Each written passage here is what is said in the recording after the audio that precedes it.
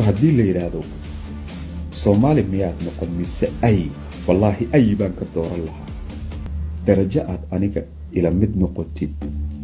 بقول كونوا السنة أيك حرر أرم كان جواب نظيفة أو ماشي أي لهيد لدي بانسين لها شنصر لحسنا كهر ودن كأجوا أمني حن أدونك صومالي أهين لا يصدر فيري وذلك قابك أكل وريجية عجيبة جاء شكل إنه بدلناه بريفسي وكذي. السلام الله عليكم أصحابتي شنو يسمى لنا من دور عصر بقرب عشرة طلبوا أنت ونكسن طبعا ما أنتي ورقة كفر حضانا وإذين وضع ورقة كان حضانا وإذين وضع معناها أما ورقة أكفر حضانا إذن هو بلابو أما ورقة أكون حضانا إذن هو بلابه مقال كان واحد كلب بحدونتان مرنا إذنكم فرحسن مرنا إذنكم مروجيسن هدي أنا وش بتفضل جلك وجلك كوشو دوق عمفرون كومنتو ما أنت واركتي هذا مهم ما أنت وعدتك أقوانت وصاحبك جنريشن كهدر الجوجة عقليات دودا ما أنت أبغانا كومنتي يقولوا وذا غليت البرنامج كنا صار وكيل ما منا ninkan odayga markii koobaad oo isdaaqulna ma ahan hatta koor waa isdaaqulnay inkastoo waagaasba ay sheekada ku soo dhamaatay ninkan inuu computer TikTok inuu dhiftay ka aheedo qadiyadiisan ka aheeno oromada iyo Etoobiyaanku kacsanayay si lacag ugu diraan hadeerna mar labaad buu soo rogaaciyay waxa laga yaabaa qulqul xiyaraa wixii inuu ka soo dhamaaday anigu waagaas aan ka qoostoo ninkan qadiyad ka hadla oo qadiyada oromada ka hadlan u maleyn jiray laakiin iska mataqaanaa wax raadis inuu ahaa kiiskii hore aan isku baranay baan ku ogaa laakiin se qodobada uu ka hadlaya cajiib ah aniga hadallada noocan oo kale aad bay igu dhamaysaa Soomaalidan macnaha markii walaalkood uu wax baalkaysmo xasaasiyada ku kacayso xasaasiyada qabiilka kelmadaha noocan oo kale ay Kenyaatiga waliba iga dhiman Kenyaatiga iyo Latriyaanki dadka aajaarka tihiin mataqaanaa isxifaalaysan hadallada noocan oo kale inuu afkooda uu ka soo baxo aad interest baa ku ah waxa raba inaan naar inaan dhidhinsiyo macnaha wax badan baa la idin difaacayo difaac ma jiro meesha is dhigtay ninka asaagaaga maanta markuu kugu karbaashay waa inaad aqbashaa yaan been niyada la soo dhisin aniga wax iidan ahayn marka been la idin ka sheego waa idinka difaaca laakiin waxa tiin marka la sheego inaad dhageysataan Allah idinku duwo ninkan horta hadalku waa hadal laga soo fiirsaday waa hadal laga soo baaraan dagay Soomaalida la degan kilka markii uu la hadlayo wuxuu leeyahay dhul baa leedahay nin dal leeyahay tahay isla hadalkii hadana wuxuu dhax raacsiinayaa ana ila degantaa ana martay ii tahay fiiri Soomaalida diradaba ku nool way nala nooshahay way nala noolaan doontaa ilaa iyo yawmalki way nala nooshahay waa marti haddii ay kuwan taageerayaan iyagana waxa u dambayn doona illa fahooga guri lagu dhisto waa Fambroch baa loo badsaday hadda waa nin boqolkiiba 60 Itoobiya ka ah haddana wax kale intii laga yimaaday luqadda xataa oo ku hadlaya sabab markuu tago luqadda amxaariga ninka amxaariga luqadiisa ku hadla isagoo amxaarada iyo Tigreega intii la doono ka badan war horta Soomaalidan anigu laba ayaan u kala qaaday Soomaalida ila degani waa walaalahay oo cidna ma taaban karto cidna far uma fiiqi karto mar dhaweed muxuu lahaa waa ila nooshahay laaswayna idin yeelataa hadana muxuu ku leeyahay waa walaalahay fiir munaafaqada laakiin adigoo ila degan adigoo biyahayga cabbaaya adigoo dhulkayga degan haddii aad taageertid burcad kan haddii adoo ila degan hadana fiiri hadalka marna waa walaalahay marna adoo ila degan fiiri waa mind game marna waa lagu daweynayaa marna waa lagu durayaa daawo iyo dur waa soo ka daraya macnaha waa mind game Soomaalidii qaabkaas oo la hadlay marka waa kuwii kililka deganaa dhalinyaro badan oo hadeer waxaa jirta oo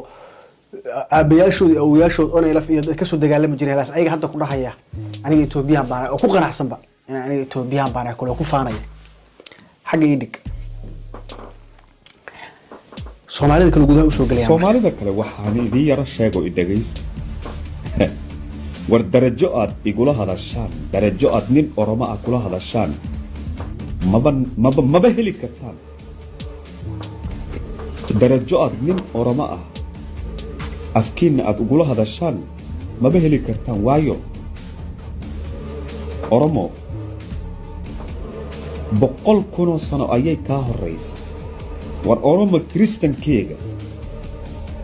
mulxidkeega gaalkeega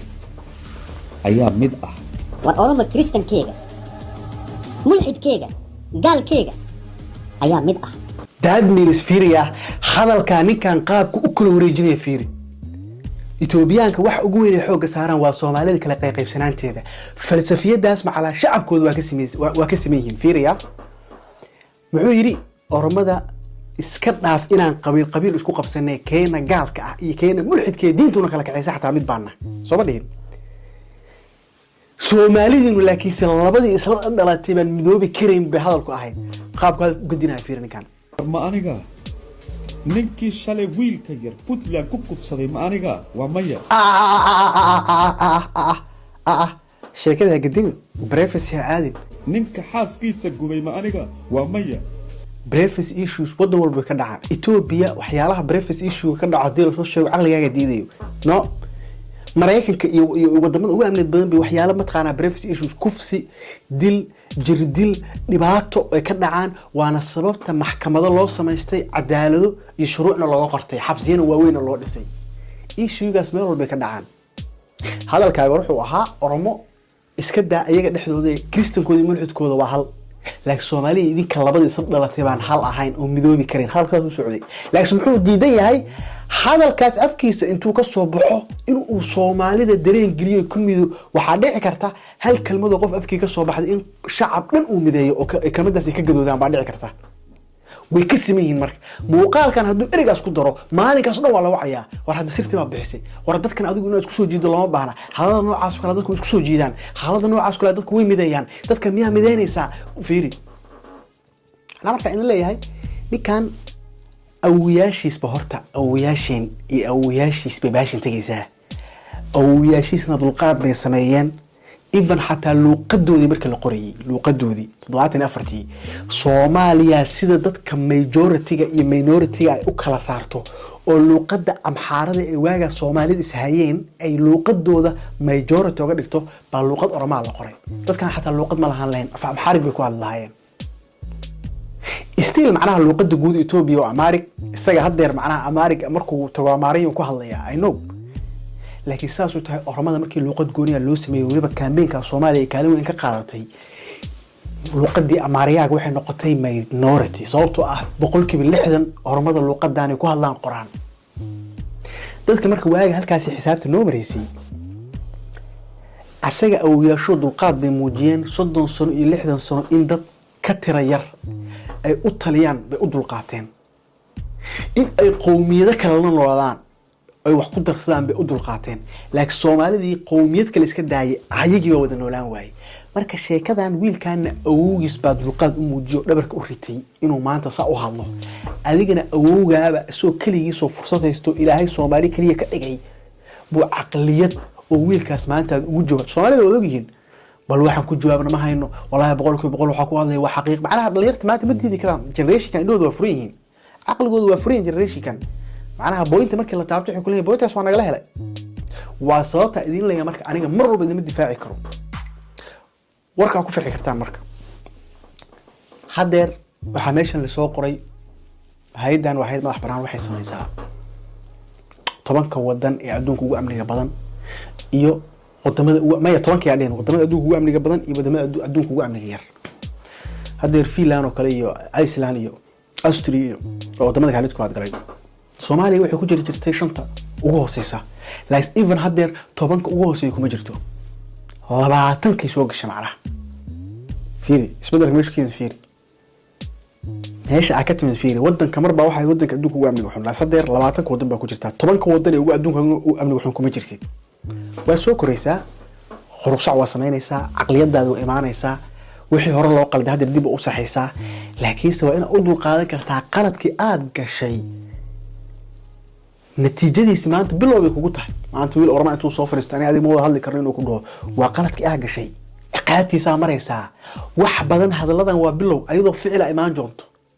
ayadoo hadal oo intaan ka kulba imaan doonto dhagaaga waa inay dulqaadkiisa leeyihiin sababtoo ah qalad markaa gashid sixitaankiisa lagaaga baahan yahay marka warka wanaagsan idin wada wuxuu ahaa horta inaad Ilaahay naga saaray 10 wadan adduunka ugu amniga xun Ilaahay inta dhiman inuu noo dhameystiraan rajeynayna laakiin warkan naxinta la idin wadana waxay tahay ninka saas u hadlayo waa nin Oromo ah cid uu la hadlayna waa idinkoo Soomaali ah jaw jaw